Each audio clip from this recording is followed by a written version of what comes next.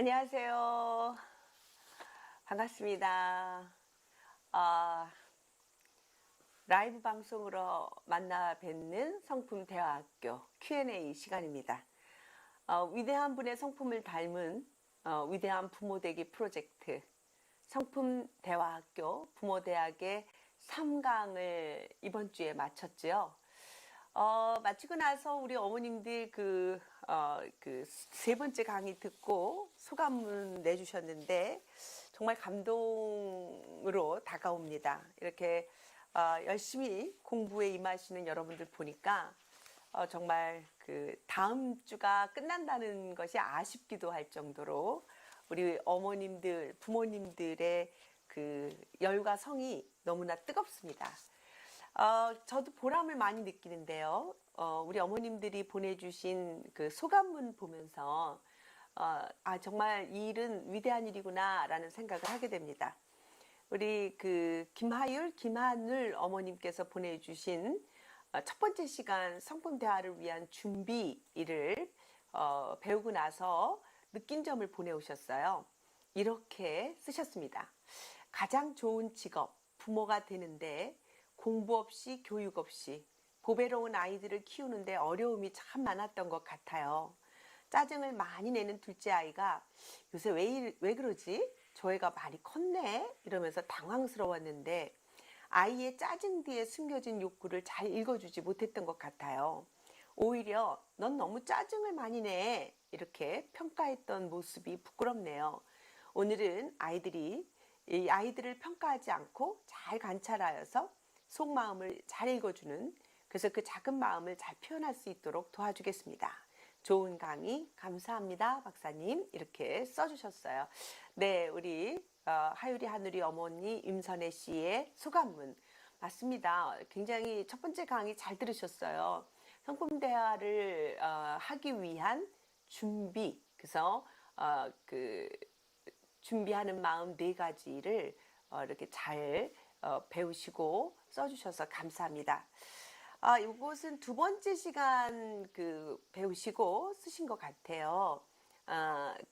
우리 그 조윤정님인데요. 최근 100대 맞는 느낌의 일이 있었는데 이 객관적인 남편의 자세에 너무 상처가 되었습니다. 십자가 은혜와 상담교사로 일하는 신우의 도움으로 저의 어려움을 잘 표현하고 가족과 남편의 손을 잡고 잘 극복하고 있는데 오늘 강의로 마음이 더욱 정리되고 치유됨을 느꼈습니다. 박사님 감사합니다 라고 써주셨는데요.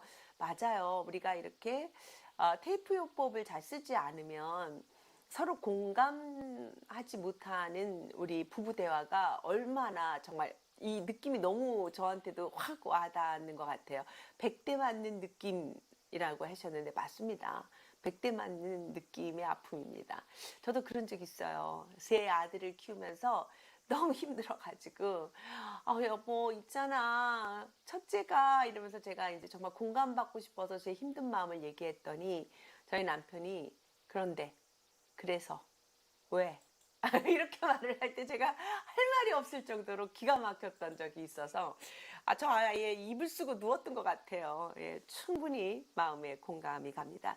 그럴 때 우리가 어떻게 표현할까요? 네, 우리 서로가 그러니까 좋은 성품의 그 대화는요. 혼자만 배우면 억울하죠. 두 분이 같이 배우면 너무 좋아요. 서로 고맙다고 말해주고 땡큐, 서로 미안하다고 말해주고 apologize, please 도와달라고 서로 힘내자고 요청하고 그리고 express 내 마음을 표현하는 TAPE 테이프 요법 부부가 같이 쓴다 그러면 금상첨화일 것 같아요. 그래서 저도 이거 부모님들이 이 부모 교육 하다 보니까 어머님들이 많이 오시고 아버님은 아마 한두 분 정도인 것 같아요. 그러다 보니까 아버지들도 배울 수 있는 시간을 주세요 라는 그런 그 건의사항 많이 받고 있습니다. 그래서 계획하고 있어요. 아버지들도 배워야 합니다. 아버지의 성품이 우리 가정의 성품입니다. 기대해 주세요. 어떤 어머님 오늘 관계 맺기 비밀 요법 강의에서 참 많은 거 알게 됐어요. 늘 성실하게 가정을 지켜주는 남편에게 고맙다는 말이 참 인색했던 것 같아요. 요구만 많이 했었지 고맙다라는 인정해주는 말 못했던 것 같습니다. 저희 가정에 주신 세 아이에게도 존재의 고마움을 얘기하는 것보다는 매일매일 할 일에 대한 욕구가 많아서 다그쳤던 것 같아요. 우리 세 아들과 남편에게 오늘 배운 테이프 요법 잘 써서 관계 회복되는 기적을 맛보겠습니다. 라고 쓰셨습니다. 네, 부디 그렇게 되시기를 바랍니다. 지원합니다.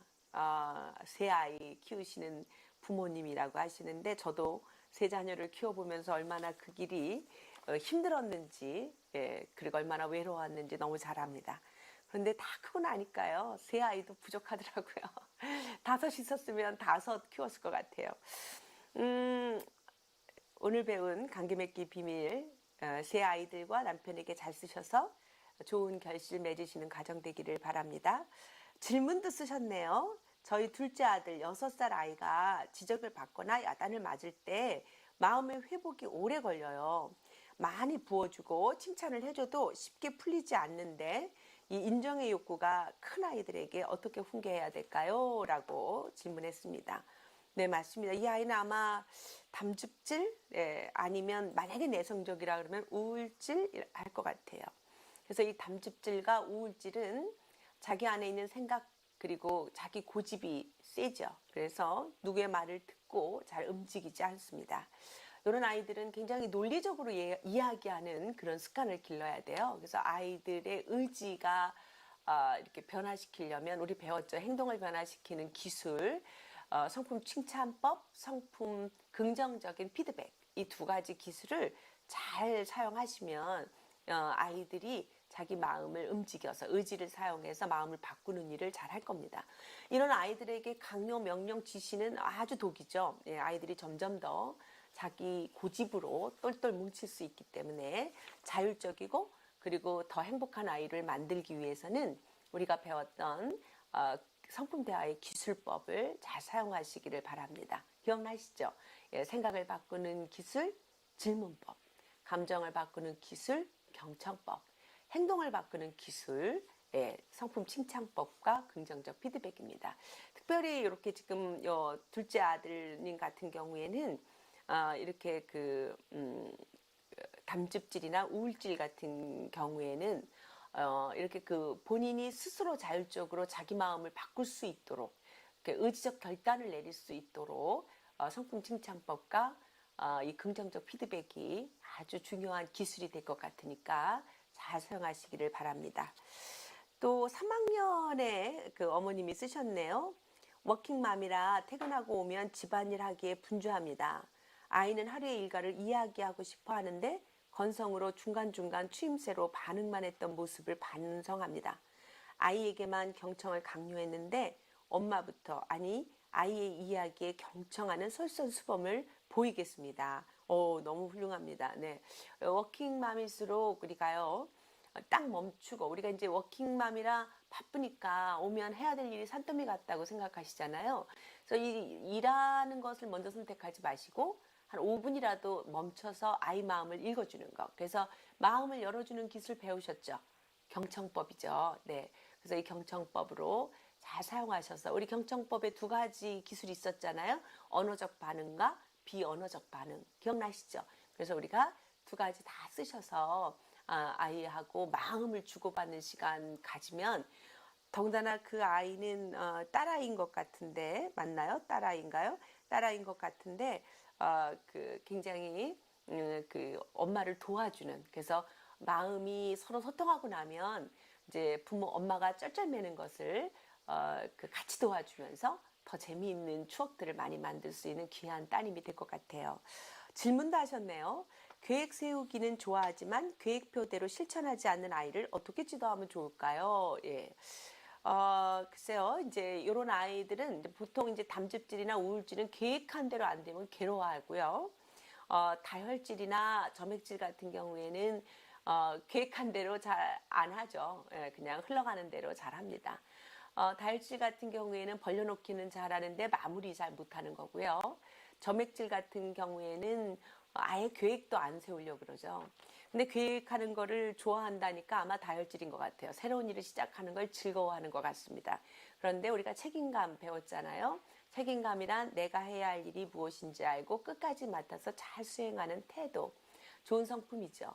그래서 이 책임감의 성품을 어렸을 때부터 가르쳐 줘야 돼요. 그래서 이 특별히 다혈질 아이들은 계획을 많이 세우는 것보다 하나를 세워서 그것을 꼭 실천하는 연습, 이것을 좀 강조해 주시고, 그러려면 부모님들이 바쁘고 분주해 가지고 계획을 잘 세웠다고 칭찬을 하는데 끝에를 피드백을 못 해주거나 이렇게 뭐 지켜서 같이 응원을 못 해줄 때, 아이들은 용두사미처럼 계획은 많이 세우는데 끝이 흐지부지 되는 아이들이 될 수 있으니까, 바쁘시더라도 너 그때 그 계획했던 건 잘 돼가니? 뭐 이런 중간 점검서부터 너 정말 훌륭하구나. 어떻게 이렇게 계획한 대로 완성할 수 있었어? 이런 칭찬들을 좀 많이 해주셔서 이런 책임감, 절제, 이런 그 분별력에 있는 6가지 성품들, 인내, 정직, 지혜, 창의성, 또 절제, 또 한 가지 뭐 있죠? 책임감? 네, 이런 것들 아이들에게 잘 가르쳐 주시는 그런 부모님 되시면 좋을 것 같아요. 8살 아이를 키우시는 어머님 쓰셨네요.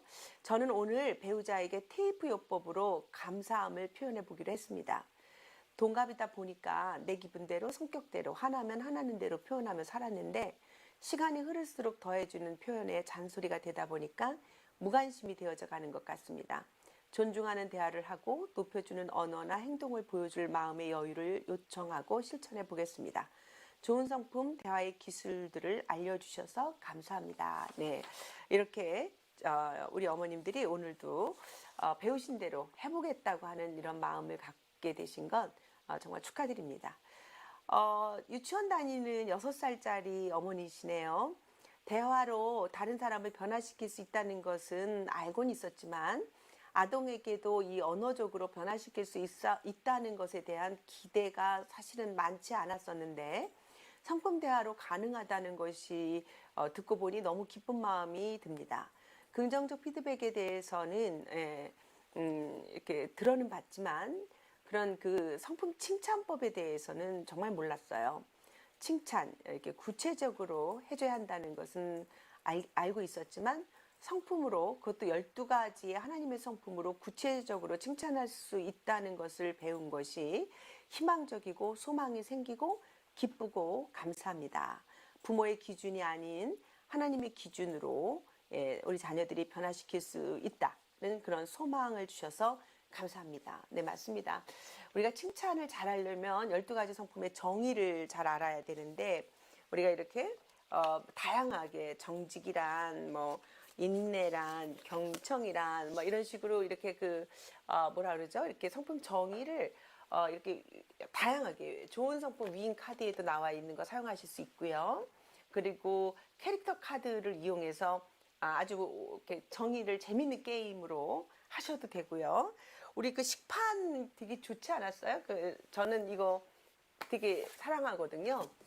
저희 집에 제가 밥 먹는 식판은 이걸로 깔고 먹어요. 그래서 우리 손녀딸도 이걸로 주고. 그래서 성품 칭찬할 때 잘 모를 때 살짝 컨닝할 수 있어서 좋아요. 성품 정의 12가지가 다 있고, 또 그 옆에 성경 기절까지 다 있기 때문에 이런 것들을 부모님이 늘 이렇게 갑자기 사용하시면 굉장히 자연스럽게 12가지 성품을 언어 속에서 잘 사용할 수 있는 그런 성품 칭찬법을 잘 사용할 수 있게 됩니다.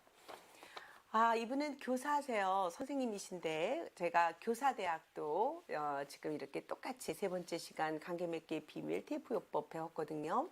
근데 이 선생님도 이렇게 썼네요. 갑작스럽게 담임이 바뀌는 상황 속에 있었던 우리 반 아이들과 어떻게 긍정적인 관계를 맺어 나가야 하는 것인지, 어떻게 그들의 신뢰를 얻을 수 있는지 매일매일 고민하였습니다. 아이들에게 사랑한다 이야기해주고 긍정적인 대화를 많이 하려고 항상 노력하는 가운데에도 말을 들어주지 않는 아이, 싫은데요? 이렇게 자꾸 말하는 아이, 자신이 원하는 대로만 상황이 돌아가지 않으면 입을 닫아버리는 행동하는 아이 때문에, 그래서 교사인 나의 마음도 힘들고 어쩔 줄 몰라 했는데, 테이프 요법을 통해 관계를 잘 키워나가고 싶고 실천해 보려고 합니다. 오늘도 좋은 강의 해주신 박사님 감사합니다 라고 쓰셨어요. 저는 이 선생님 너무 훌륭하신 것 같아요. 이렇게 반 아이들을 정말 잘 키워보려고 고민하는 이런 귀한 선생님이 계시다는 자체만으로도 예, 정말 좋은 학교인 것 같습니다. 너무 감동입니다. 여러분 어떠세요? 여러분들이 보내주신 이 이렇게 많은 성품의 후기와 또 질문들이 이렇게 많아요. 저는 이것을 보면서 있잖아요. 한쪽으로는 부담이 되고 한쪽으로는 굉장한 감사의 열매가 된 것 같아요. 이렇게 많은 분들이 필요로 하는구나라고 하는 그런 그 부담감, 책임감, 네, 잘 해야 되겠구나. 더 많은 기회로 부모님들과 함께 해야 되겠구나라고 하는 그런 부담감도 갖게 됐고요. 또 하나는 굉장히 뿌듯했던 거예요. 이런 열매로 보게 되는 거죠. 이렇게 정말 짧은 시간인데 이런 우리가 이렇게 생각이 바뀌고 감정이 바뀌고 행동이 바뀐다는 건 쉬운 일이 아닌데 이렇게 쉬운 이런 귀한 일들이 우리가 살아가는 과정 속에 있을 수 있구나라는 생각을 하면서 여러분이 보내주신 이렇게 많은 후기들과 질문들 계속 매주 목요일마다 라이브 시간에 유튜브를 통해서 여러분 질문들을 같이 발표해 나가고 대답해 드리는 시간 갖도록 하겠습니다. 왜냐하면 이 질문들이 이 시대를 살아가고 있는 여러분만의 질문이 아니라 정말 어디서도 해답을 찾지 못했던 답답한 마음들이 풀어지는 귀한 부모님들의 시간이 될 것 같아서 우리가 이런 그 질문들을 하나씩 기도하는 마음으로 풀어간다는 것은 아주 의미가 있는 일이라고 생각이 듭니다. 그렇다면 사실은 우리가 부모대학 위대한 부모되기 프로젝트, 위대하신 분의 성품을 닮아가는 위대한 부모되기, 그래서 위대한 자녀 세우기 프로젝트입니다. 그래서 계속 하나님께 받아서 부모가 세워지고 부모가 또 흘러보내서 좋은 성품의 자녀로 키우는 이런 놀라운 그 대물림을 하는 시간인데요.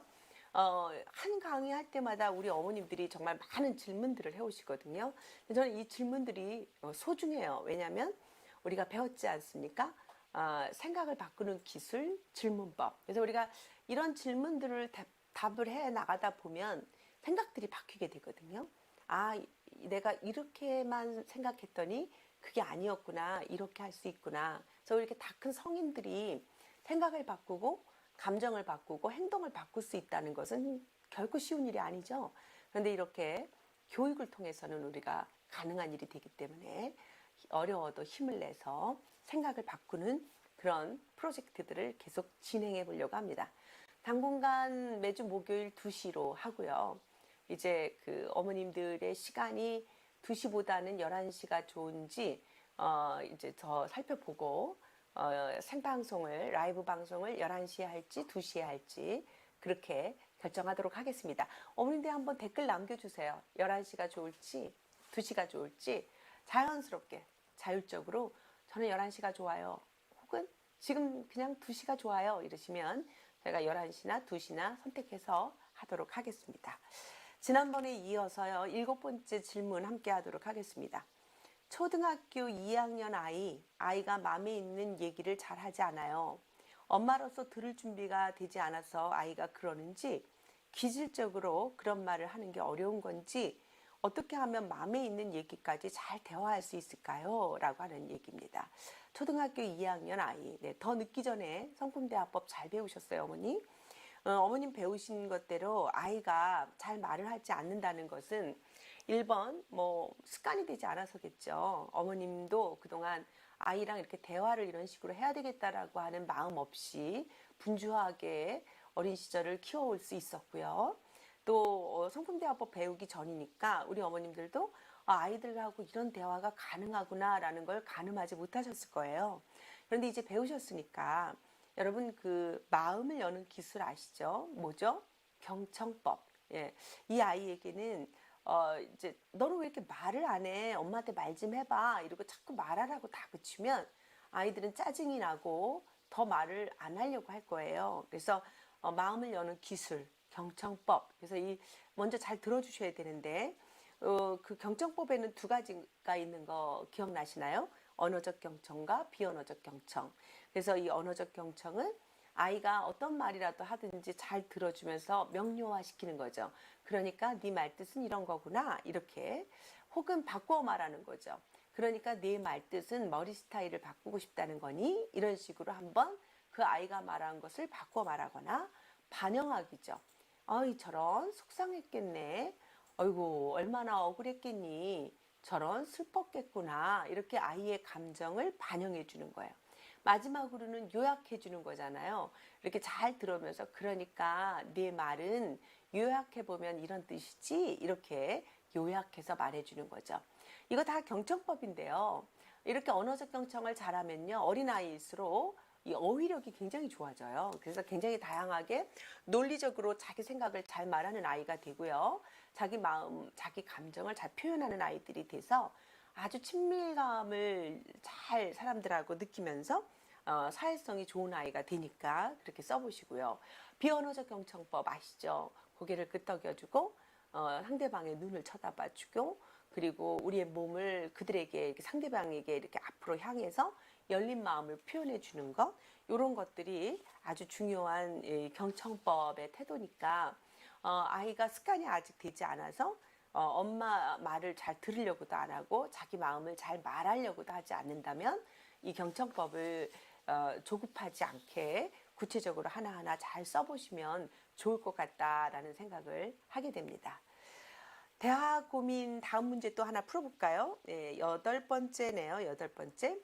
초등학교 3학년인데 벌써 사춘기가 온 것 같아요. 사랑을 어떻게 제대로 표현할까? 또 의도치 않게 상처가 되는 말을 하게 될 때 경우에 합당한 말을 어떻게 해줄까? 이런 고민이 된다는 거예요.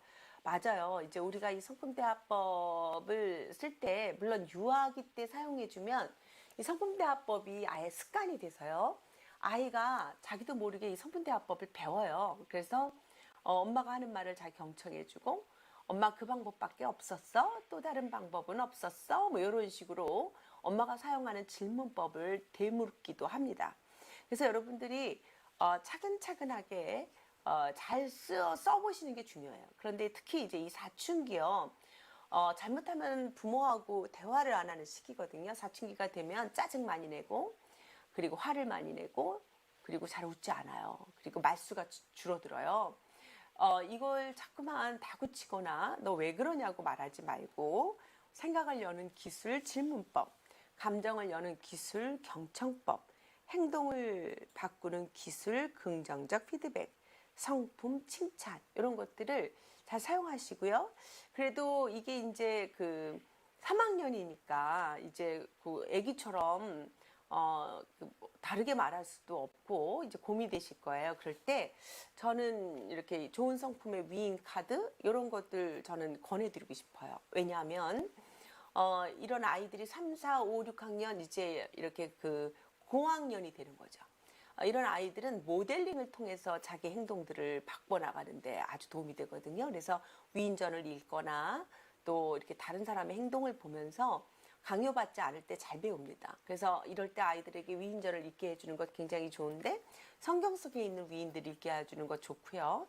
또 이렇게 역사도 배우고 인성도 키우고 좋은 성품의 위인 카드 그러면 이 속에 이런 많은 위인들의 스토리들이 있어요. 그래서 그 부모랑 함께 스토리 하나씩을 읽어가면서 그 위인들이 그 갈등과 위기를 좋은 성품으로 어떻게 바뀌어갔는지를 지식으로 넣어줄 수가 있고 또 역사를 배울 수 있어서 좋습니다. 그러면서 중요한 것은 좋은 성품을 잊지 않고 가르칠 수 있게 되는 거죠. 그래서 우리 아이들에게 이렇게 사춘기 때는 강요하고 잔소리한다고 안 변하거든요.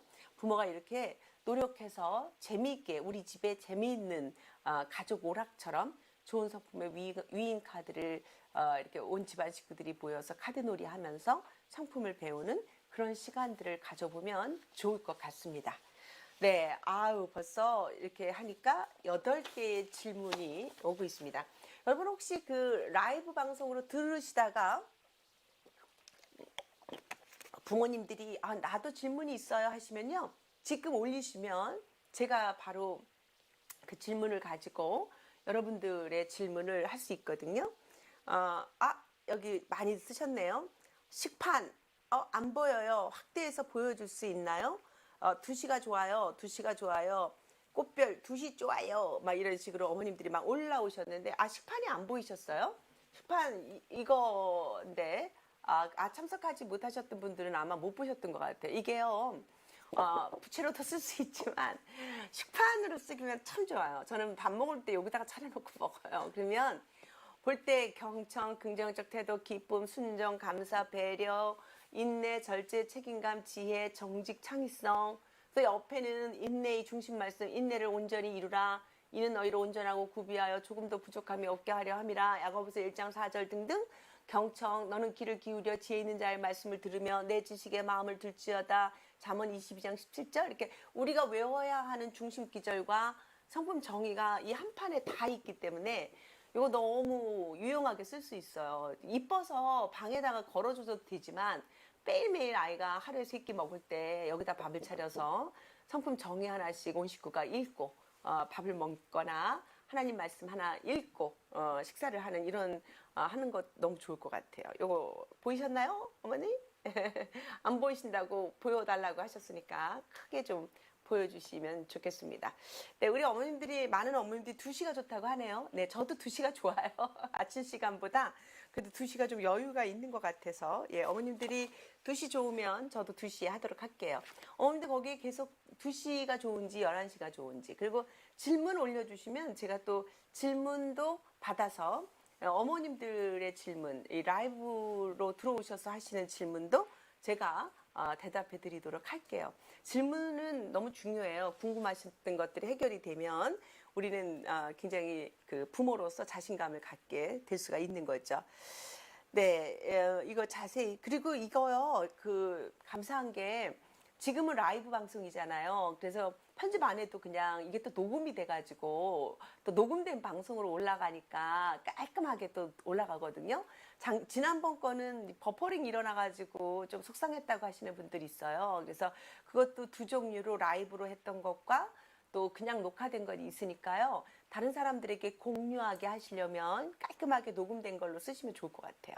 그리고 한 가지 부탁드릴게요. 저도 이런 이 언택트 시대에 이렇게 대면하지 않고 부모 교육을 하고 상담을 하는 이런 것들이 사실은 익숙하지 않는데 격려하는 마음으로 좋아요 눌러주시고 구독 눌러주시고 댓글 많이 해주시기 바랍니다.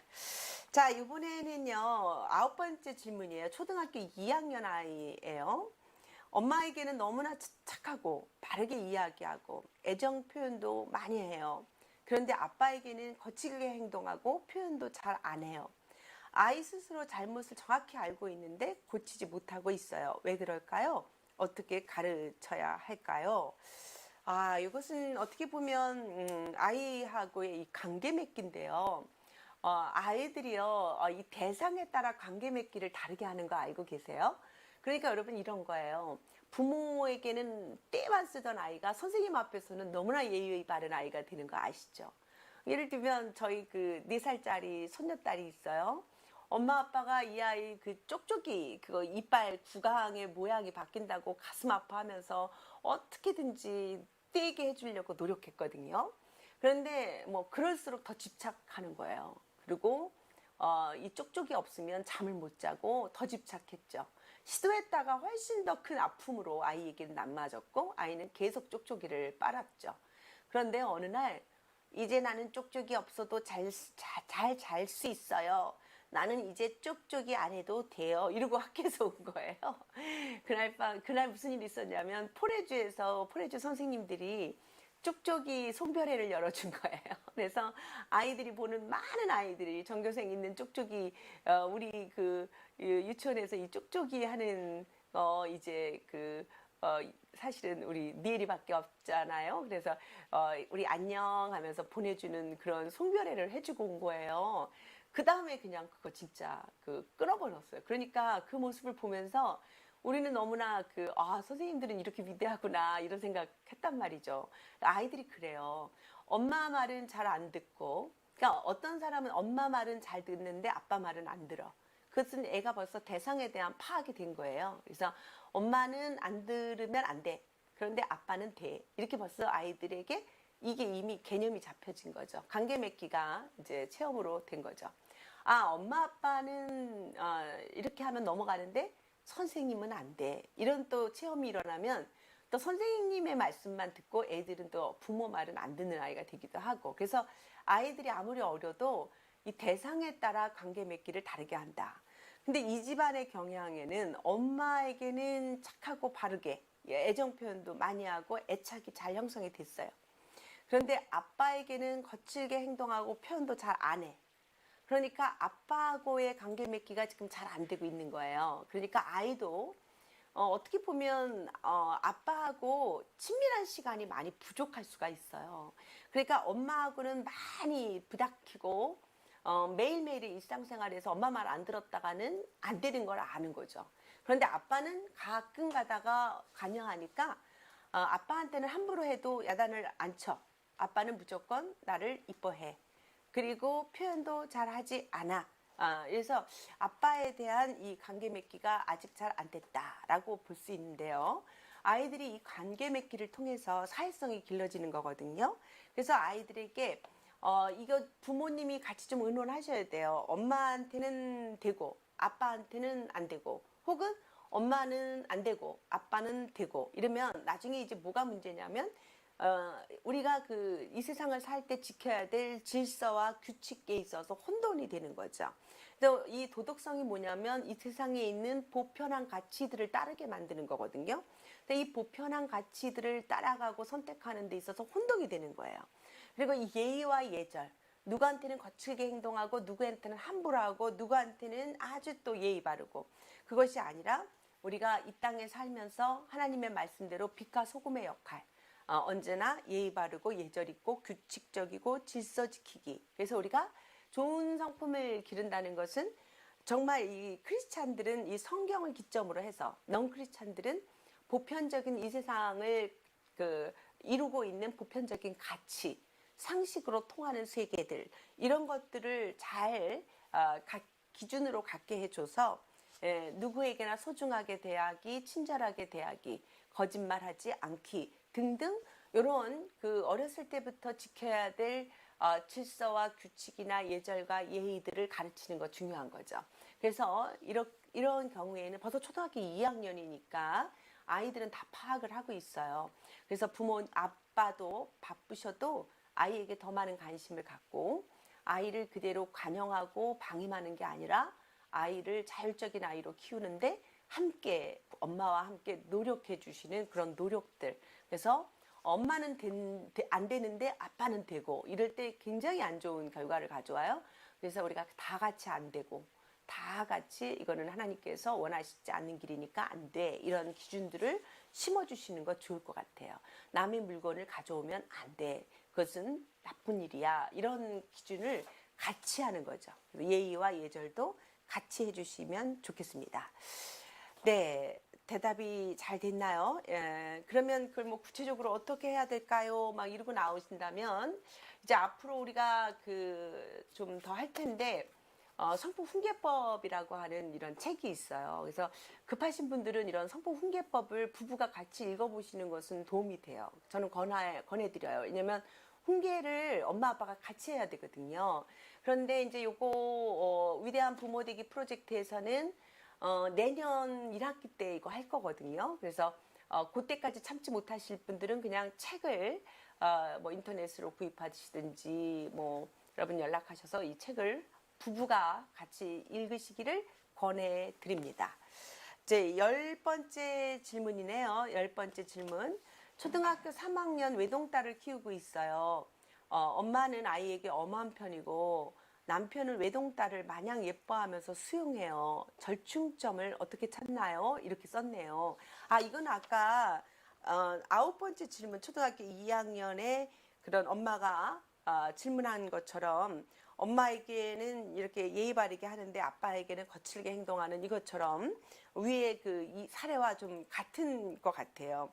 우리가 이 관계 맺기를 통해서 사회성을 길러지기 때문에 우리가 이제 엄마와 아이가 이 성품 훈계를 같이 해나가는 게 좋습니다. 그래서 아버지들도 바쁘셔가지고 저희가 하고 있는 이 위대한 부모되기 프로젝트에 참석 못하시면 책을 좀 같이 읽으시기를 권해드려요. 그래서 절충점을 찾으셔야 됩니다. 그래서 함께 통일된 그 기준을 가져야 되는데 우리는 어떤 기준을 가져야 되냐면 제가 쓴 성품 훈계법은 성경을 기준으로 해서 성경에 있는 하나님의 성품, 그래서 하나님께서 우리에게 어떻게 훈계하시는지 어떻게 말씀하시는지 그 원리를 따라서 자녀들에게 훈계하는 방법들을 잘 정리해 놓은 것이 성품 훈계법이니까 이것을 쓰시면 좋겠고요. 여기 지금 이제 외동딸이라 그랬는데요. 이거 이제 제가 다음 주 화요일 날 마지막 네 번째 강의에 요 쓰려고 하는데요.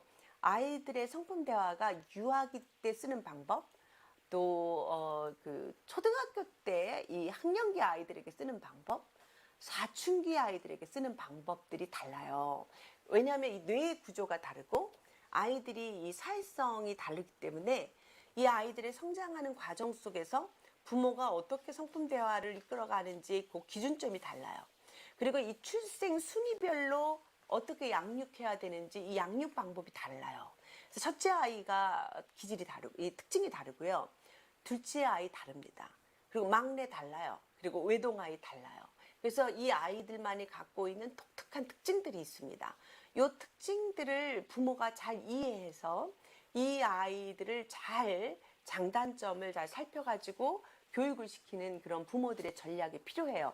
요것은 제가 다음 주 화요일 날 해드릴 거기 때문에 그리고 또 이제 그 생방송 시간에 만약에 그 강의 그 대면으로 하는 강의에 지금 이제 신청이 늦어서나 놓쳐서 못 오시는 분들을 위해서는 또 다음번 라이브 방송 때 또 한번 해드릴 수 있어요. 그래서 여러분이 질문하시면 해드릴 수 있기 때문에 질문으로 남겨주시면 제가 한번 시간을 내서 그렇게 출생 순위별로 또 아이들의 상황에 따라 어떻게 양육해야 되는지를 알려드리는 그런 시간 갖도록 하겠습니다. 질문 됐고요. 또 혹시 또 라이브 방송으로 또 오는 것들이 있나요? 네. 여기 지금 또 왔는데, 저희 아들은 7살인데 절제가 잘 안 돼요. 예. 네, 7살인데 절제가 잘 안 돼요. 맞아요. 어른도 잘 안 돼요. 그래서 여러분 이제 부모가 절제가 안 될 때, 절제가 너는 왜 이렇게 절제를 못하니? 막 이렇게 야단치면 안 되고요. 우리 배웠잖아요. 행동을 바꾸는 기술 성품 칭찬법. 그러니까 아이가 이제 절제가 잘 안 돼서 절제의 성품을 가르쳐 주고 싶은데 아이가 어느 날 꾹꾹 참고 울지 않고 잘 표현한다든지 또 그렇게 탐욕스럽게 그 음식이 남기지 않고 다 먹는 아이가 그날따라 딱 자기 약만 먹는다든지 이런 기회를 딱 잡아가지고 칭찬을 해주세요. 잘 어려우면 요거 보세요. 어머 누구야, 절제란 내가 하고 싶은 대로 하지 않고 꼭 해야 할 일을 하는 건데 오늘 네가 절제하면서 이것을 이렇게 꼭 먹어야 할 분량만 딱 먹고 숟가락을 놓는 너의 모습을 보니까 엄마는 너무 기뻐. 네가 정말 절제하는 사람이 지도자가 되는데 멋진 리더가 될 것 같아. 이렇게 칭찬을 해주면 이 절제의 성품이 쑥쑥 성장하는 시간이 되는 거죠. 또 이제 7살 아이니까 이제 뭐 예를 들면 막 떼를 쓰거나 또 자기만 이제 하겠다고 막 욕심을 부리거나 또 승부욕이 강해가 그런 애들 많거든요. 자기가 꼭 1등 하지 않으면 다른 애들이 자기를 이겼거나 그러면 걔는 뭐 반 죽음이 되는 애들이 있어요. 그래서 이럴 때 정말 어떻게 해야 좋을지 어떤 선생님이 질문했던 질문인 것 같아요. 2학년인가 3학년인데 아이가 자기보다 더 잘하는 아이가 있으면 못 견딘다는 거예요. 그래서 막 애가 막 뒤집어진다는 거죠. 이런 아이를 어떻게 해야 되는지 모르겠다고 하는 거예요. 그래서 그럴 때 절제란 내가 하고 싶은 대로 하지 않고 꼭 해야 할 일을 하는 거야. 우리가 다른 사람이 잘할 때도 기뻐해주고 또 다른 사람이 못할 때 슬퍼해주는 것도 좋은 성품이야.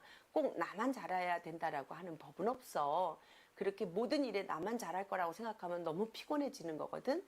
나는 누구가 절제의 리더가 됐으면 좋겠어. 절제란 내가 하고 싶은 대로 하지 않고 꼭 해야 할 일을 하는 건데 네가 질 때도 이길 때도 물론 기분 좋지만 졌을 때도 네 감정을 잘 절제해서 이긴 사람을 칭찬해주고 박수 쳐주는 건 더 멋진 행동이야. 이런 칭찬을 해주시면 아이들이 점점 이제 사회성을 배워가는 거거든요. 그렇게 해주시면 너무 좋을 것 같아요. 네, 이래서 이렇게 여기 그 6살 남자아이가 아직도 어린이집이나 태권도장 또는 대형마트의 문화센터 등등 엄마나 아빠와 떨어지는 걸 힘들어해요. 항상 같이 들어가 있어야 한답니다. 시간이 되려면 지나면 해결될까요? 아, 이거군요. 요건 이제 애착에 대한 문제인데요. 이 아이가 이제 이제 아이가 아주 어렸을 때 엄마가 이제 직장을 다닌다던가 억지로 띄었던 경험이 있거나 이렇게 그 분리불안 같은 것들을 느낀 아이들이 있으면요. 이상하게 아이가 커도 이렇게 떨어져서 이렇게 독립적으로 그 학교 생활을 하거나 유치원을 다니거나 혼자서 무엇을 하는 것을 굉장히 어려워하는 경우가 있어요. 근데 이걸 억지로 하려고 하지 말고 문제가 뭔지 엄마가 먼저 파악하는 게 중요해요. 그래서 얘가 그렇게 혼자서 이렇게 엄마가 떨어뜨려서 다른 사람에게 양육을 시켰던 그 시간에 그런 분리불안이 좀 느껴졌나 보다라고 만약에 생각이 들면 안심을 시켜줘야 되겠죠. 그래서 안심하라고 네가 태권도장 가도 엄마는 집에 있을 거야. 너를 기다릴 거야. 엄마 어디로 가지 않아. 네가 이렇게 컸기 때문에 이렇게 스스로 하는 모습을 보면 엄마는 너무 자랑스러워. 이런 모습으로 자꾸 격려하면서 이 떨어지는 것에 대한 두려움과 불안함을 해소시켜주는 것이 필요해요. 그런데 이런 아이들에게 네가 몇 살인데 아직도 엄마가 쫓아다녀야 되니? 막 이러면 더 불안해요. 그래서 이 마음을 헤아려 주는 그런 부모님이 되시면 좋겠습니다. 네, 이렇게 여러분들이 이렇게 그 라이브로 방송 들으시다가 질문하는 것도 또 굉장히 도움이 되시죠. 네, 이렇게 살아있는 질문을 하게 돼서 저도 대답할 수 있어서 참 좋습니다. 하나만 더 할까요? 네. 11번째 질문인데요. 초등학교 2학년 둘째.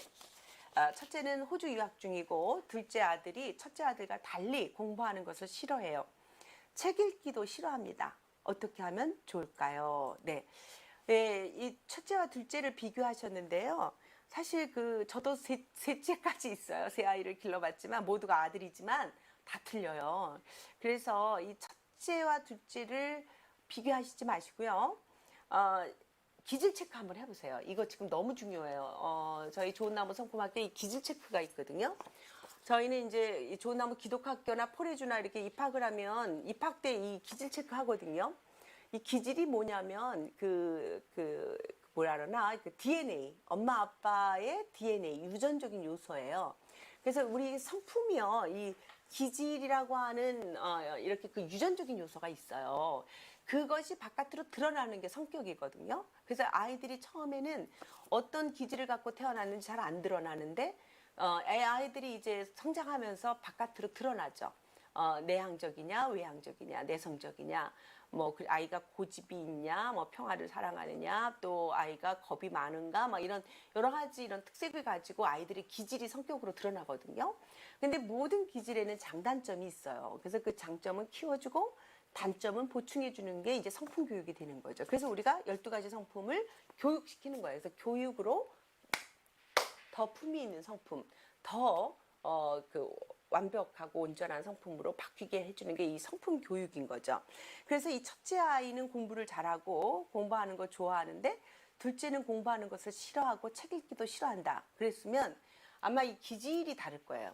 기질만 다를 뿐만 아니라 이제 이 아이들이 아마 초등학교인 것 같아요. 그러면 이 학습 유형 진단지 이번에 제가 이 좋은나무 기독학교 직스에서는 연령별로 이거 한 번씩 제가 다 해드려 봤는데 아이들마다 이 공부하는 유형이 있어요. 이게 이제 나중에 저는 이제 강의할 때 이 사춘기 아이들, 청소년기, 중고등학교 제가 가면 이걸로 진로 교육을 해주거든요.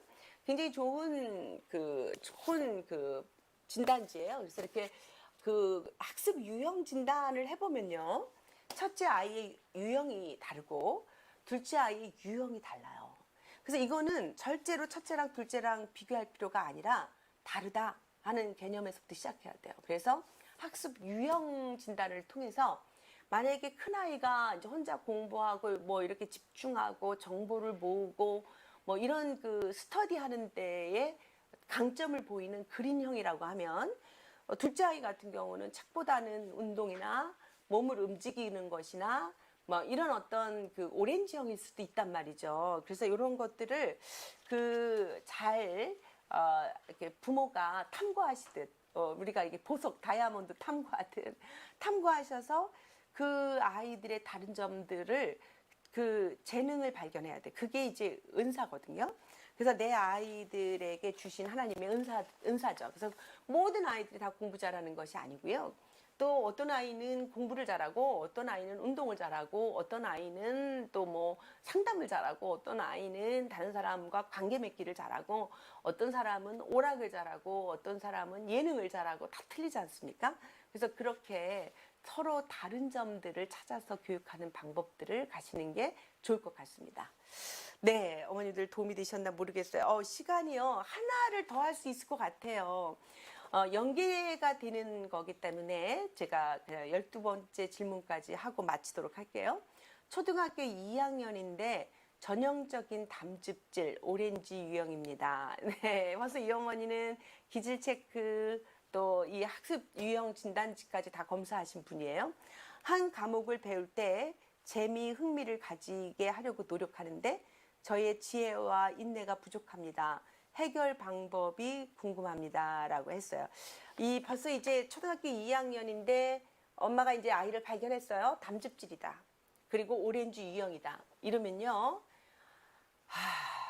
네, 굉장히 고집이 세고요. 아무리 엄마가 하라고 해도 엄마 말 잘 듣는 것보다는 자기 나름대로의 패턴을 가지고 얘는 하는 아이예요. 그래서 부모가 좀 많이 내려놓으셔야 돼요. 그래서 이 오렌지 유형이기 때문에 이렇게 막 그 수걱수걱 가르치는 대로 잘 배우는 아이는 아니에요. 재미와 흥미가 있어야 정말 잘 배우는 아이거든요. 그래서 그럴 때 이 엄마의 지혜와 정말 인내가 부족하다고 했는데요. 이 아이들이 그런데 이제 전형적인 담즙질이기 때문에 그 담즙질은 의지가 강한 아이고 고집이 있고 남들이 하라고 해서 하는 것보다는 자기가 계획을 세워서 가기를 원하는 그런 유형이기 때문에 어머님이 그 담즙질이라고 하는 그 아이의 그 기질을 잘 살리셔서 네가 그러면 어떻게 하기를 원해? 네가 그 진도를 한번 진도표 좀 만들어 봐. 네가 계획표를 세워봐. 그래서 아이가 스스로, 예를 들면 하지 마 이거보다 이런 애들은 너 5분 할래 10분 할래 이렇게 스스로 선택할 때 내가 결정했다라는 데 성취감을 느끼는 애들이거든요. 그리고 이제 오렌지니까 뭔가 자기만의 어떤 톡톡 튀는 방법으로 학습을 끌고 가고 싶어 하는 그런 게 있을 거예요. 그런 것들을 찾아보는 것 너무 중요할 것 같아요. 그래서 강점 잘 키우시고 단점을 보충해서 이 아이가 아무래도 이 아이의 재능이 분명히 오렌지니까 어떤 예능이나 어떤 체육이나 뭐 나름대로 이 아이가 그 뭐라 그러나요? 그 아이의 딱 특징이 나타날 텐데 그것이 잘 나타나기까지는 부모가 잘 관찰하듯 보석을 관찰하듯 보물을 관찰하듯 잘 관찰해 주시면 좋을 것 같아요. 그래서 아이들을 이렇게 아직 2학년이니까요. 이제 시간이 아직 있어요. 근데 부모가 이제 부모님 많이 준비가 되셨어요. 벌써 내 아이가 기질을 벌써 알으셨죠? 또 학습 유형까지도 알으셨어요. 그러니까 아이를 더 잘 도와줄 수 있는 그런 부모로서의 자질을 갖고 계신 거예요. 그래서 그거 너무 좋은 일이고요. 계속적으로 위대한 부모 되기 프로젝트에 참석하다 보면 더 많은 지혜들을 얻게 될 거예요. 그래서 내 아이를 잘 아는 교육을 하게 될 것이라고 저도 기대가 됩니다. 네, 이제 마지막 해야 될 것 같은데, 어머님들이 굉장히 이렇게 많이 올라왔어요. 아이고, 이 중에서 뭘 해야 될까요? 네, 그 김지혜 어머니, 4살의 남아입니다. 요즘 화장실 가는 것을 참는 것 같습니다. 가더라도 아주 급하게 가다가 실수하는 경우도 있습니다. 혼내지 않고 괜찮다고 말해주는데 걱정이네요. 아이가 상처받지 않고 화장실을 잘 가도록 어떻게 말하고 행동해야 할까요? 네. 아이들이 기저귀 차고 편하게 있다가 이제 학교에 오고 이제 유치원 생활, 어린이집 생활 시작하면서 이제 화장실 이렇게 대소변을 가리게 되는 것 아주 인생의 중요한 가업이죠. 그래서 이때 그 잘못하면 패배감을 부각시킬 수가 있어요. 왜 또 실수했어? 근데 사실은 그 실수가 아니거든요. 배워가는 중이잖아요. 그래서 괜찮아, 괜찮아. 네가 어제보다 훨씬 더 성숙했네, 성장했네, 발전했어. 기저귀 안 차고도 한 번밖에 실수를 안 했잖아. 이런 식으로 이렇게 자꾸 칭찬을 해주면 아이는 화장실을 가는 시간이 두려운 시간이 아니라 칭찬받는 시간이 되면 아이가 훨씬 더 그 시간을 즐거워하게 될 거예요. 그래서 겁내지 말고 화장실 가고 싶으면 말해. 이렇게 자꾸 말해 주시면 아이가 자연스럽게 잘 배울 것 같아요. 네, 또 한 분이 이제 썼네요. 네, 활발하고 적극적이던 4세 여아인데 코로나 때문에 집에서 생활하다가 어린이집 간 지 한 달 정도 되었는데 낯가림 없던 아이가 낯가림이 심해지더니 분리불안이 생겼어요. 자주 보던 이모들도 피하기 시작하네요. 예쁘게 생겨서 사람들이 잘 쳐다보는데 어느 순간부터 눈을 비비면서 사람들이 자꾸 자기 쳐다보니까 싫다고 하면서 눈치를 보더라고요. 이제는 외식할 때 옆 테이블에 여성분이 있으면 집에 가자고 물어요. 여자 어른이 무섭다고 하네요. 왜 그럴까요? 네. 그렇죠. 아이들이 그 3세, 4세 아이들이 굉장히 섬세하고 이제 정말 사회성에 눈을 뜨는 시기인데 요즘 그 코로나 때문에 집에서 엄마하고만 있다 보니까 정말 친구하고 관계 맺는 방법을 잊어버리고 다른 사람과 관계를 어떻게 맺는지를 잊어버려서 우리도 그렇잖아요. 사람들 잘 안 만나는 사람들이 사람 만나러 갈 때 굉장히 두근거리고 부담스럽듯이 아이들도 그런 거죠. 그래서 자연스럽게 자꾸 사람들 앞에 노출하고 또 아이가 싫어하는 건 어른들이 구태여 그렇게 자꾸 쳐다보거나 그렇게 뭐 억지로 칭찬하거나 만지지 말라고 부탁해 주시고 아이가 자연스럽게 사람들에게 다가갈 수 있도록 아이를 자연스럽게 키우는 것 참 필요할 것 같아요. 코로나 시대가 정말 우리가 많은 문화, 많은 생활 습관을 바꿨어요. 우리가 이 부정을 타파하고 긍정의 힘으로 이 어려운 시기를 잘 가도록 노력하는 것은 우리 모두가 이 시대에 해야 할 일인 것 같습니다. 오늘 이렇게 긍정적인 거죠. 우리가 코로나 시대에 잘 만날 수 없는 이런 그 언택트 시대에 우리가 이렇게 그 유튜브를 통해서라도 이렇게 대면하고 또 소통할 수 있다는 것은 굉장히 긍정적인 것이죠. 오늘도 긍정을 선택하시는 우리 부모님들 되시기 바랍니다. 다음 주 목요일 날 또 만나도록 할게요. 고맙습니다. 감사합니다. 가장 희망적인 선택을